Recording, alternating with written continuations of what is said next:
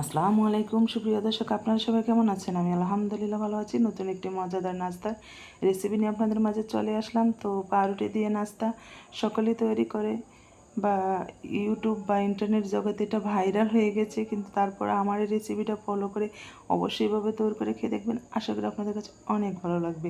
এতে এখানে নিয়েছি আমি কর্নফ্লাওয়ার, টেস্টিং চাল, গোলমরিচের গুঁড়া, লাল মরিচের গুঁড়া, হালকা হলুদের গুঁড়া, জিরার গুঁড়া এবং স্বাদ মতো লবণ। পেঁয়াজ এবং কাঁচামরিচ নিয়েছি, সেগুলোর সাথে আমি মশলাগুলো মিক্স করে নিয়েছি। দিয়ে দিয়েছি 1 চা চামচ আদা রসুনের পেস্ট এবং দিয়ে দিয়েছি চালের গুঁড়ো। দিয়ে হালকা মিশিয়ে তারপরে এতে দিয়ে দিচ্ছি বেসন।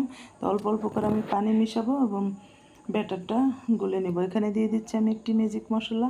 তো আপনারা চাইলে টেস্টিং সল্টটা স্কিপ করতে পারেন, তবে ম্যাজিক মশলাটা অবশ্যই দেবেন। তো এই তো আমি দিয়ে দিচ্ছি লাস্ট পর্যায়ে ধনেপাতা। এখানে নিয়েছি আমি পাউরুটি, যে কোনো সাইজের পাউরুটি হলে হবে। এটা ব্রাউন কালারটা কেটে নেওয়ার কোনো প্রয়োজন নেই। এই তো মিক্স করে এখানে চুলাতে আমি ফ্রাই প্যানে হালকা, আপনারা তেলটা বেশিও দিতে পারেন, কমও দিতে পারেন। তো আমার মনে হয় না এখানে পর্যাপ্ত পরিমাণ তেল দেওয়ার প্রয়োজন আছে। আমি যতটুকু তেল দিয়েছি ততটুকু তেল দিলে হবে। এতে আমি ব্যাটারটাকে খুব ঘন করে কিন্তু গুলে নিয়েছি। তো এতে এপাশ ওপাশ করে লাগিয়ে তো তেলের ভিতরে ছেড়ে দিয়েছি। এটা কর্নফ্লাওয়ার এবং চালের গুঁড়া দেওয়ার কারণে মুচমুচে হয় এবং খেতে অনেক মজা লাগে। এই তো দেখুন নাস্তাগুলো আমি ভেজে নিয়েছি। তো অবশ্যই বিকালের চা বা বাচ্চাদের টিফিনে এই নাস্তাটা বানিয়ে খেয়ে দেখবেন।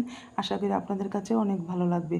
আপনারা তো ইতিমধ্যে ইউটিউব বা ইন্টারনেট জগতে এই নাস্তাটা দেখেছেন, কিন্তু তারপরেও আমার এই রেসিপি ফলো করে তৈরি করে খেয়ে দেখবেন।